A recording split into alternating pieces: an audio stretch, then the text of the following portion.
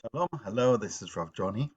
I really hope you're well, and apologies for this pre-recorded class, but I hope we're able to make some progress and learn through, or continue to learn through Rambam's Hilchot Yesodei Torah. As you'll see on the handout, today our focus is Perek Daled Halachot Gimel to Zayin, Chapter 4, Laws 3 till 7. And what I've done here is I've incorporated the text of the Rambam so that we can review the text together and then look at the different mafarshim, the different commentaries that I brought for your interest and for your enjoyment. Now, just before we jump into the text, you'll remember that the Rambam has spent the last few halachot discussing the four elements, Esh, Ruach, Maim, and Afar, that is, fire, wind, water, and earth. He's talked about how they're fundamental, elemental, literally. He's talked about how important they are and how everything that we know comes from these four elements. Well, he's going to continue in this vein in these few halachot. And the questions the different mafarshim are going to ask are either questions about whether it's true or how does this work together. We'll see. So let's begin. And I have a little pointer here. It says as follows. Every entity,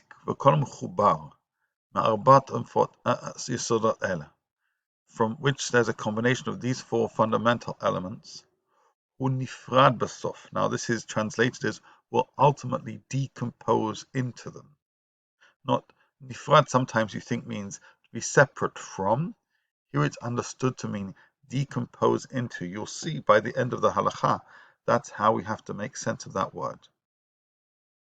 Some will decompose after a mere few days, yeshu nifrad la'achar yamim achadim, and others will decompose after many years. Yeshu shnifrad la'achar shanim rabot. But continues the Rambam, however, it is impossible for everything which is a combination of them not to decompose into them. It's impossible even for gold or ruby not to decompose and return to their fundamental elements. And he goes on to say, וישוב מקצתו לאש, ומקצתו למים, ומקצתו לרוח, ומקצתו לארץ. A portion will become fire, a portion water, a portion wind, and a portion earth. So what the Rambam is telling us is not only are the elements fundamental to the making of things, but when units here were describing gold and ruby, decompose back into the elements. There's a sense of return, of restoration, of chazara when this occurs. This clearly is very interesting. It raised some questions amongst the commentaries. Do we really believe that even gold has all of these four elements?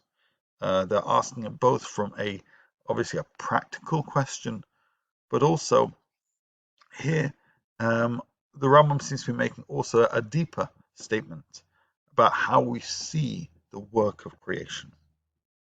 Now let's proceed with Halacha Daled. He goes on to say, but now he raises a question. If all items decompose into these four elements, why are we told about Adam, the El Afar Tashuv? Why doesn't it say, and you'll return to the four elements, to fire, to wind, etc.? Why does it say that human beings are going to return to the earth? And the Rambam answers by saying, Lefi shorov binyano min afar, because even though all items and even human being is made up of these four elements, it doesn't necessarily mean they're made up with the same ratio. He says in terms of human being, majority of a human being is afar or carbon.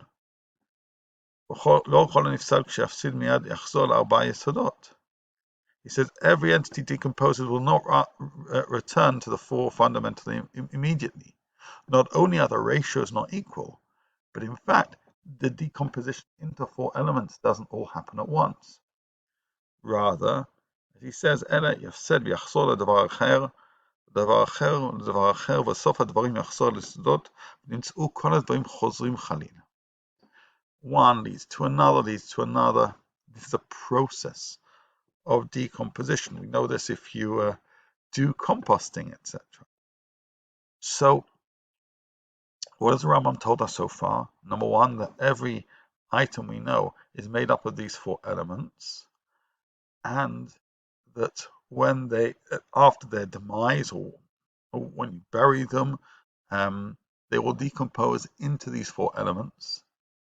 The elements aren't necessarily equally divided. There's not equal ratios. That's why we have the pasuk ve'afar tashuv, and sometimes one decomposes to the other, to the other, to the other. That is so far what we've learned from the Rambam. Interesting things, perhaps humbling things. Helps us make sense that items break down back into the chomrei gelem, the ingredients that made them at one. Obviously, here we're talking about the physical dimension of a human being, not the soul dimension of a human being. Now, with this in mind, let's look at the commentary of the Shalmei Mordechai. There, I've got it in the screen. I'll move my video over here. And he says as follows: Ve'afar tashuv. Ita od, it is further stated, he's now quoting on Kohelet, Yashuv ve'afar el haaretz shaya v'ruach tashuv el Elokim asher natna. And the earth will return to the land where it was, and the spirit of the wind will return to God who gave it. This is referring to what happens at the end of one's life, that the physical dimension of a human being is returned to the ground, the spiritual dimension of a human being is returned to our Creator, to God. And he goes on to say, V'od ita b'targum Yonatan ben Uziel. He says, actually, if you look at the Targum Yonatan in Bereshit Perek Gimel, where it says, Ve'afar tashuv, and to dust or to earth you will return. It says, Arum afra anat lahafra tatov, the man afa anat atid lemikum, the matan dina, chushbana al komata avta beyom dina rabba. It says, not only is your physical aspect of yourself going to return to the ground, but in fact, when that happens, you're going to go, there's going to be a judgment, and a calculation of what you've done in the day meaning your life. And he calls it here Dina Rabba. This isn't just a general judgment, this is a great judgment. This is the ultimate judgment that all of us fear. So with the process of the physical burial of a person, triggers also this new transition in the next world, a transition of judgment. He goes on to mefarish, ve'afar tashuv dahainu shaneshama tashuv el haguf v'hu ka'afar v'takum tichya. He goes on to then say, ve'od mevu'ar midvarav de'ika dina b'yom tichiyat hametim v'nikra b'shem dina rabba. Right?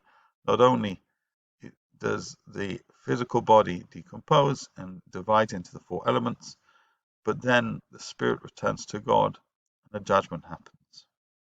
And it's further stated in Bereshit chapter 2, Rashi in his commentary on the Rashi, in the Rashi's commentary, V'yitzer shtei yitzirot, where it says V'yitzer, it says with two yuds. Le'olam hazeh v'yitzira l'tchiat hametim. There's a creation when a human being is formed, a creation for living in this world, and a creation for our existence in the next world. The reason why there's two yuds relating to a human being and only one for an animal is because a human being has life in this world and life in the next world. At least, but in terms of the animal, that's not the case. Okay, so what the Shalmei Mordechai has told us is a number of rabbinic explanations on Kohelet chapter 12, on Bereshit chapter 3, and Bereshit chapter 2. It's telling us things we kind of already know, although perhaps with greater clarity, about the decomposition of the human being and how the soul is judged from God. So there's this division which happens after death. But then he goes on to say something really quite remarkable, and I think it helps us make sense of the Rambam and really challenges how we perceive burial, for example. He says, וראיתי בספר דובב מישרים, I saw in a ספר דובב מישרים, שכתב שזה מבואר, so I've got this weird pop-up that comes up, it says, from here it comes clear, שגם בני נוח מקיימים מצוות קבורה, that non-Jews are also obliged to fulfill the mitzvah of kfura, of burial. Shum mitzad hashavat gezela. Because burial is about returning things which have been taken. If the physical body comes from the land, then burial is returning to the land. If you don't bury, then you're not returning. It's as if you've taken something and you're not returning it. Hashavat gezela. The mitzvah of burial is about returning things we've taken. If you don't do that, that's not the case. Like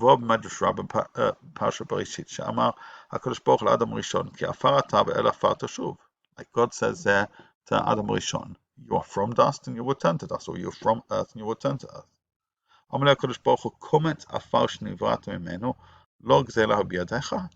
Says that pinch of earth from which you were created, isn't it almost thievery? It's within you, isn't it, the grounds? So burial is about restoration. Therefore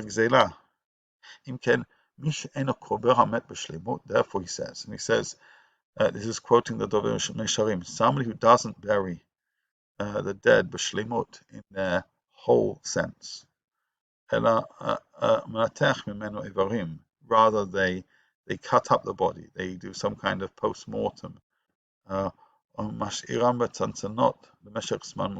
they put parts of bodies into different pots or different storage units, for medical research and things like that. Not only have you transgressed the prohibition of disgracing the dead, you're actually stealing. This is a very deep idea. The idea that our body is from earth, our body must return to earth because it's the earth's. It raised that it was actually a practical question. I'll mention this to you. It was some years ago. I was friendly with somebody whose mother was Jewish and father wasn't. The father left an instruction that he be cremated. And the son, who was Jewish, wasn't quite sure what to do. And in the end, the father was cremated.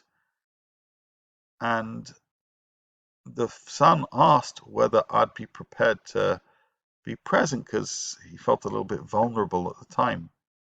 So I went to ask a shaila, can I go to a cremation non-Jew? I didn't want to, that's for sure, but can one?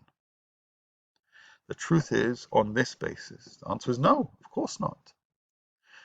Because any form of disgrace to the dead, any failure to return the body to the ground is gezel, in addition to the Issa Nivel.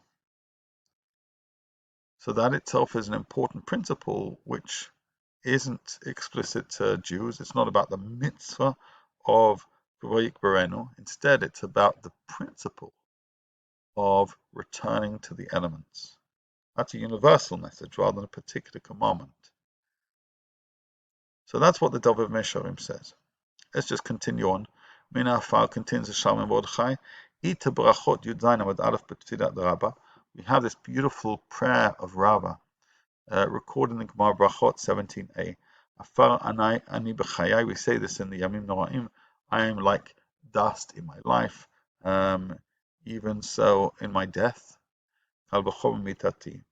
Over Rashi b'devar metchel afar min ha'adama katav. Rashi in his commentary on chapter 2 of Bereshit, on the words Afar min Adama, he writes, what did the Kadosh Baruch Hu do? Why is Rava saying, I'm like dust? Is it just an explicit expression of humility, or is there something more to it? Well, the answer is there's something more to it. According to Rava, he mamash is from dust, as we said before. And he quotes, the Rashi quotes a mention that says, Sabar afar mikol adama me'arba ruchot shekol makom shemot sham tehei kol tolig brua. There's one medrash, one tradition that says, when Adam Rishon was created, God took dust, earth from the four corners of the ground, four corners of the globe. Obviously, the word corners and globes doesn't fit with one another. But why did the Kodesh Baruch Hu do that? Because wherever Adam Rishon would die and be buried, the ground would accept him because it was its ground. What it's kind of suggesting is there is earth all over the world, but in fact, different regions have their own, shall we say, elemental personalities. But the message there is, HaKadosh Baruch Hu took dust from all the four corners of the world, so that the land accepts Adam Rishon on his death. So when Rava says, I'm like dust, he means, I'm from dust. That's the message. Rashi then quotes a davar acher. He suggests a different explanation. HaKadosh Baruch Hu didn't go to the four corners of the globe to take the dust to create Adam Rishon. Instead, he took the dust from the Makon Mikdash, from the place where the temple was going to stand, as if to say, both in terms of our life and our deeds and our death, should be a kapara, should be an atonement, just like the korbanot were a kapara for the world. As he says here, Natalafo Makom Shneamar, Mizbech Adama Taseli, Halavai Tieh Lo Kapara V'Yuchal Lamod. He's God, you should have a kapara in your ultimate judgment, but also your life should be itself a work of trying to attain atonement for the world or for yourself. So that's a different idea, but also relating to dust. So just before we go on, what we learn from the Shalmei Mordechai is that firstly, the human being is made up of, as we know, the physical and the spiritual. But here we're focusing here on the physical. That's a message. It's a focus of the Rambam. And we've mentioned the Dovei Mesharim. That's why burial is itself an act of restoration. In fact, failure to do so is gezel. And this is what it means when the Rava says in his tefillah, I am like dust, because we're from dust, and we saw the different two traditions in terms of where that dust comes from. Ad kan the Shalmei Mordechai. Let's now continue with the Rambam here. And the Rambam in Halacha Hey in chapter 5 starts by saying, Arba'a Yesodot ha'elu mishtanim ze leze tamid b'chol yom b'chol sha'a miktatam lo kol gufan.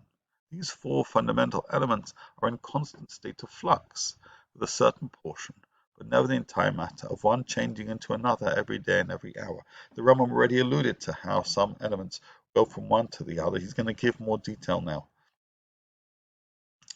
What's the words? Ketzad, what is implied? I want to read here from the English because it's not quite aligned. A portion of the earth which is close to the water changes, dissolves, and becomes water. Similarly, a portion of the water which is close to the wind changes, evaporates, and becomes wind. A portion of the wind which is close to the fire changes, goes through a metamorphosis, and becomes fire. Similarly, a portion of the fire close to the wind goes through a metamorphosis, changes, contracts, and becomes wind. The wind which is close to the water changes, contracts, and becomes water, and the water which is close to the earth changes, contracts, and becomes earth. So this cycle of metamorphosis is what nature is all about, and the Rambam is describing it so elegantly and so eloquently. And he says this cycle of change proceeds little by little over the course of time. The entire fundamental element will never change. For example, all the water will never become wind, nor all of the wind fire, because it is impossible for the existence of one of the four fundamental elements to be nullified. Rather, a portion of the fire will change to wind, and a portion of the wind to fire. Similarly, between each pair of these four, change will go on in an unceasing recurrent cycle. So I suggest you read this through a couple of times, because he's making a number of important nuanced points here. But while the emphasis is that every item, every material is made of these four elements, the process of decomposition leads one to the other. At the same time, this is almost kind of cyclical itself, because each item contains can then lead to the metamorphosis of the other. So I'll leave this to you to think this through a little bit further. Let's just go on to Halacha Vav, Because the Rambam now says, "V'shinoi zeh yeh b'svivat hagalgal, b'svivato yitchabru ma'arbatan, v'mehen she'ar galmei bnei adam, v'nefesh chayat tzemach v'eben metechet." This cycle of change is caused by the revolution of the sphere. Its revolution causes the four fundamental elements to combine, and thus forms a matter of men, living beasts, plants, stones, and metals. So what he's saying is this cycle isn't just a microcycle, but it is caused by the ultimate cycles of change, of movement, of revolution in the world. So as the world develops and moves, so too do these elements change from one to the other, notwithstanding them being fundamental, core to, foundation of all matter. But then the Rambam slips in right at the end of Al-Chavav, something which causes numerous commentaries to wish to add their insight onto this. We're going to look at Moshe Sternbuch. He says, "Va'el noten lechol gelem v'gelem tzura ruya lo al yedei malach asiri shehi hatzura hanikaet ishim." When we had names of angels earlier on, we discussed angels, and some have different names. One of them is Ishim. So he says here, God gives each body the form appropriate to it through the angels of the 10th level, which are a form called Ishim. He had those different levels. So here he's describing each body, each element has an angel associated with it, and these angels in this case are the Ishim. One second. We've spoken about angels in different ways, but now you're going to tell me that the elements have angels? What are you talking about? Really? Is that how things work? I've never heard this idea before. Rambam seems to be telling us not only do the elements form the basis of matter, we get that. He says matter then decomposes and deconstructs into the elements. Okay. And then he says that some metamorphosize from one to the other. We understand that. Then he says these elements have angels that look out for them. So on this, Moshe Sternbuch says the following. Get the text there.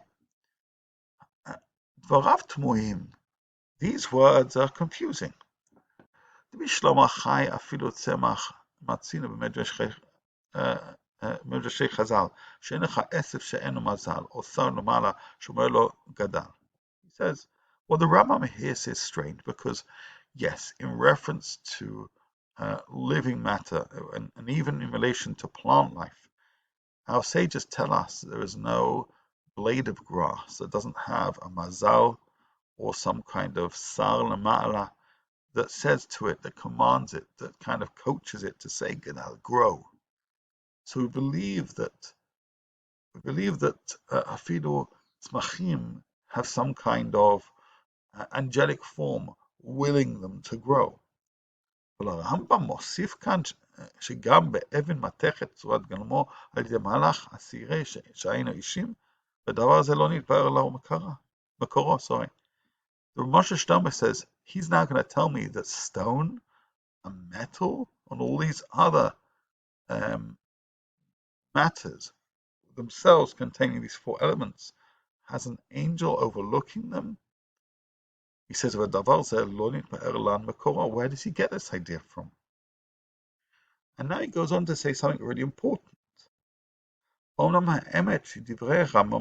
fact is, when you think about what the Rambam is saying here, and the context of where the Rambam is saying it in terms of Hilchot Yesodei HaTorah, he says they don't just make sense, but they are me'irim, they're enlightening.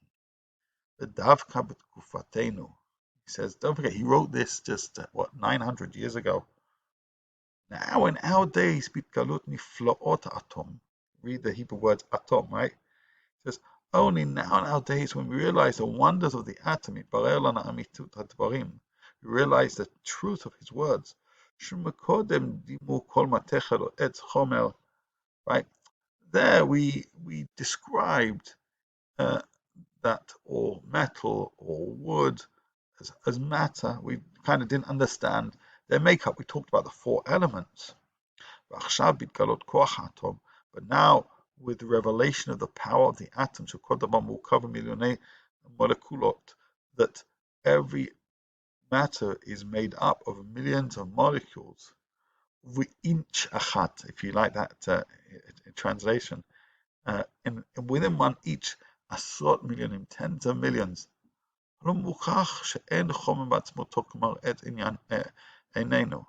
What's quite clear is when we look at matter, things are, much more sophisticated than necessarily meets the eye. If you may remember when you were young, the first time you put anything under a microscope, and you realized there's more to this than I could see. What Rosh Sternbach is saying is we've been lucky to put so much of the created world under different microscopes, or see it with great telescopes. So every time we do that, we realize the wonders of creations. So אותו כלל, שפי מבואר הרמב"ם שכוח האלוקי מיוחד הוא מחיה צורת כל דבר. Where is God's energy? Everywhere. It brings life to the most fundamental aspects of our created world. כל דבר אף מתכת, אף שאין בו משהו למשהו דחומיות, הדברים עמוקים מאוד. Even if you look at metal, what is it? It's metal, it's a thing. But when you understand what you're looking at, that itself can blow you away. It says ultimately physicists are incredible. They're blown away by they're so inspired by the greatness of creation, the wonders of creation.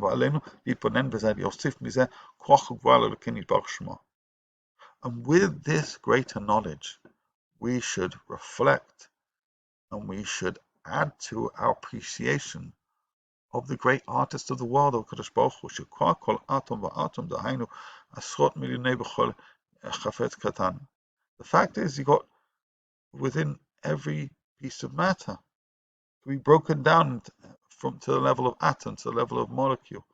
Kol echad ve'echad hu atzuv v'chai. Power, the detail of everything is remarkable. עד שהיו להרוס עיירות ומדינות, מזה נלמד מהו מעשה השם, נדע איך אנו קבוצי חומר חייבים להעללו ושבחו לפרעה כמו שמבאר הרמב"ם בפרקים אלו. So what the Rav Shlomo basically says is, here we're talking about the elements, but now the Rambam says that even within that, angels look out for every micro matter. And he says, from the rabbinic texts until now, that may have been hard to understand. Even the idea that every blade of grass has a mazal is a far stretch for many of us. But he says, but look at the world around you.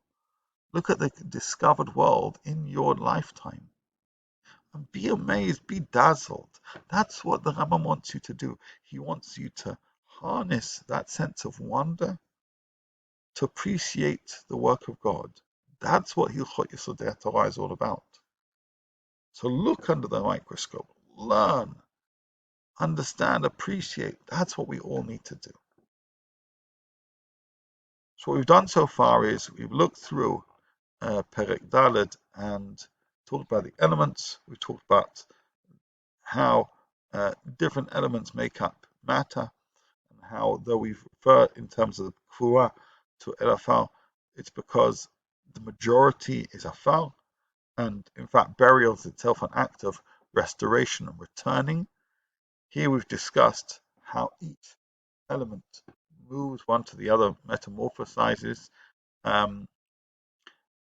but then we've also said that each have an angel looking out for them.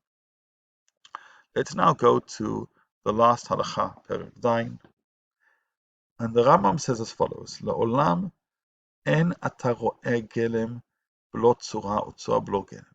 You'll never see matter without form, or form without matter. He goes on to say, Ela lev ha'adam hu shemechalek guf hanimtza b'da'ato v'yodea shu mechubar migolem v'tzura.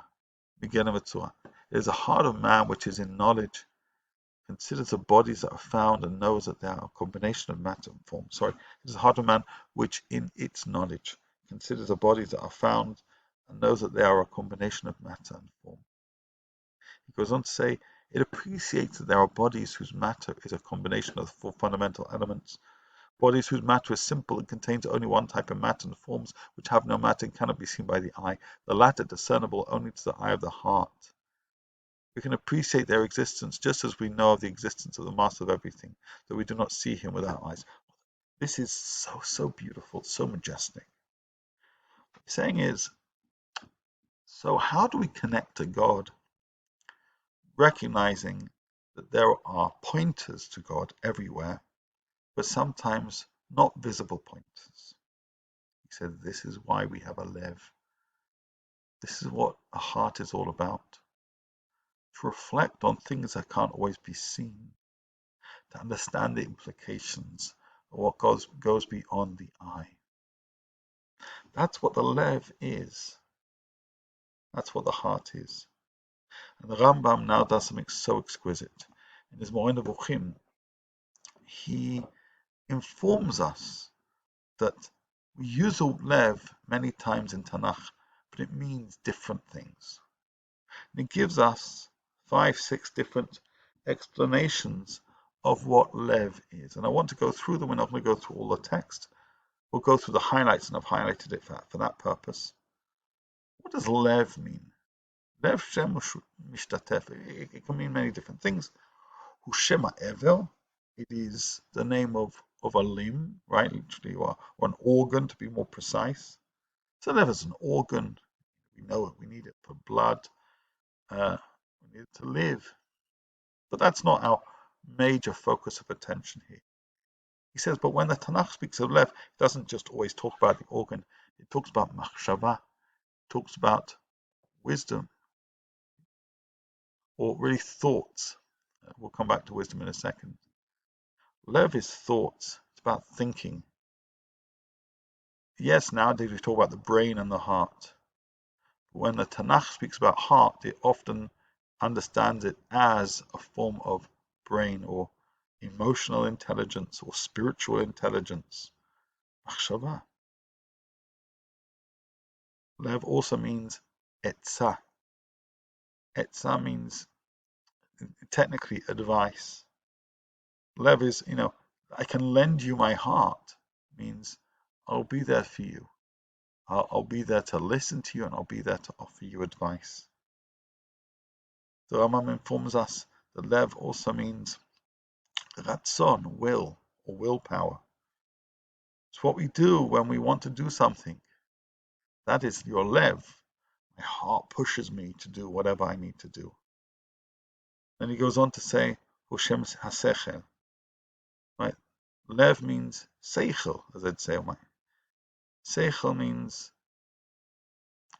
intelligence, thoughtfulness, wisdom. That's why I distinguish between thinking and wisdom.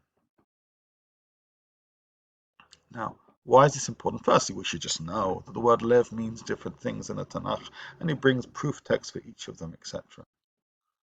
So lev doesn't just mean an organ, it doesn't just mean thinking, it doesn't just mean advice, it doesn't just mean willpower, it can also mean seichel, and oftentimes it's a little bit of all of the above. But why is it important to know this and think about this when looking at this Rambam? Because what this Rambam is telling us is we need our lev to make sense of the world. Because there are things in the world which are not explicit. They're there, but you have to think about them. You have to ponder them. You have to reflect on them. Let's go through it again. You'll never see matter without form or form without matter. It's at the heart of man which in its knowledge considers the bodies that are found and knows they are a combination of matter and form. It's the heart that helps understand this relationship, this dynamic. It appreciates that there are bodies whose matter is a combination of the four fundamental elements, bodies whose matter is simple and contains only one type of matter and form, which have no matter and cannot be seen. Firstly, he's actually telling us to be smart. When you look at a human being, realize there's more to it than that. Learn about the world, learn about the human body, learn about matter, learn science. The Rambam is giving us a sheer emphasizing the importance not just of Torah but also of Mada. I mean, this, by the way, this is really a Torah Mada, advert. Then he goes on to say the latter are discernible only to the eye of the heart. We can appreciate their existence just as we know of the existence of the Master of everything, though we do not see him through our eyes, or in his Hebrew, גופים שגלמם פשוט ואינו מחובר מגלם אחד והצורות שאין להם גלם אינם נראים לעין אלא בעין הלב הם ידועים. בעין הלב הם ידועים. Eye of the heart, only through the eye of the heart are these things known. כמו שדנו אדון הכל לא רואה את העין. I don't rely on my eyes to see God. My relationship with God is service of the heart. I also use my mind, but don't forget, heart doesn't just mean emotions. Heart means intelligence. Heart means all these different things. And just as my relationship with God directly is through the lev, my appreciation of God, which then enriches my relationship with God, shouldn't just rely on what I see, but it should rely on what I see beyond what I can see. And that's really what these halachot are about. He says, look at the elements. If you can't see them, know that they're there. So Rav Shlomo would say, look at them, look at the world from a molecular perspective. And you'll certainly lead to a sense of wonder. Of saying, wow, Marabu, how amazing is your world, HaKadosh Baruch Hu. So let's just now review, and we're going to finish now. We've spoken about the four elements, we talked about how they decompose, and they can decompose into, well, the four elements lead to matter and how matter decomposes. We've spoken about how the El Afar Tashuv, and what it is to be a human being, both in a physical and spiritual perspective. We talked about the Issa of not burying both Jews and non-Jews, because it's an Issa of Gezel. And when Rabbah says, Afar Anem B'chayai L'Akav Mitati, he means it literally. We've discussed the idea that if we look at the world from the most kind of micro way possible, look at the world molecularly, it should lead to a sense of true wonder, crying out, Ma'abu Masech Hashem, right? And we've gone on and we've said that really the task of a human being and the task of an Eved Hashem is to use their lev, which means ever, machshava, etza, ratzon, sechel, to be able to sense God in the world and to see God around the world. That forces us, that pushes us, that inspires us to look at the world both with a telescope and with a microscope. Look at a world where we see the wonders of creation wherever we are. And so doing, Be'ezrat Hashem, it should strengthen our faith and our closeness to God. So I hope this has been of help. I know the video is just about 40 minutes long. Obviously, I want you to take in some time to read the text a little bit more. And I wish you all a fantastic week. Take care.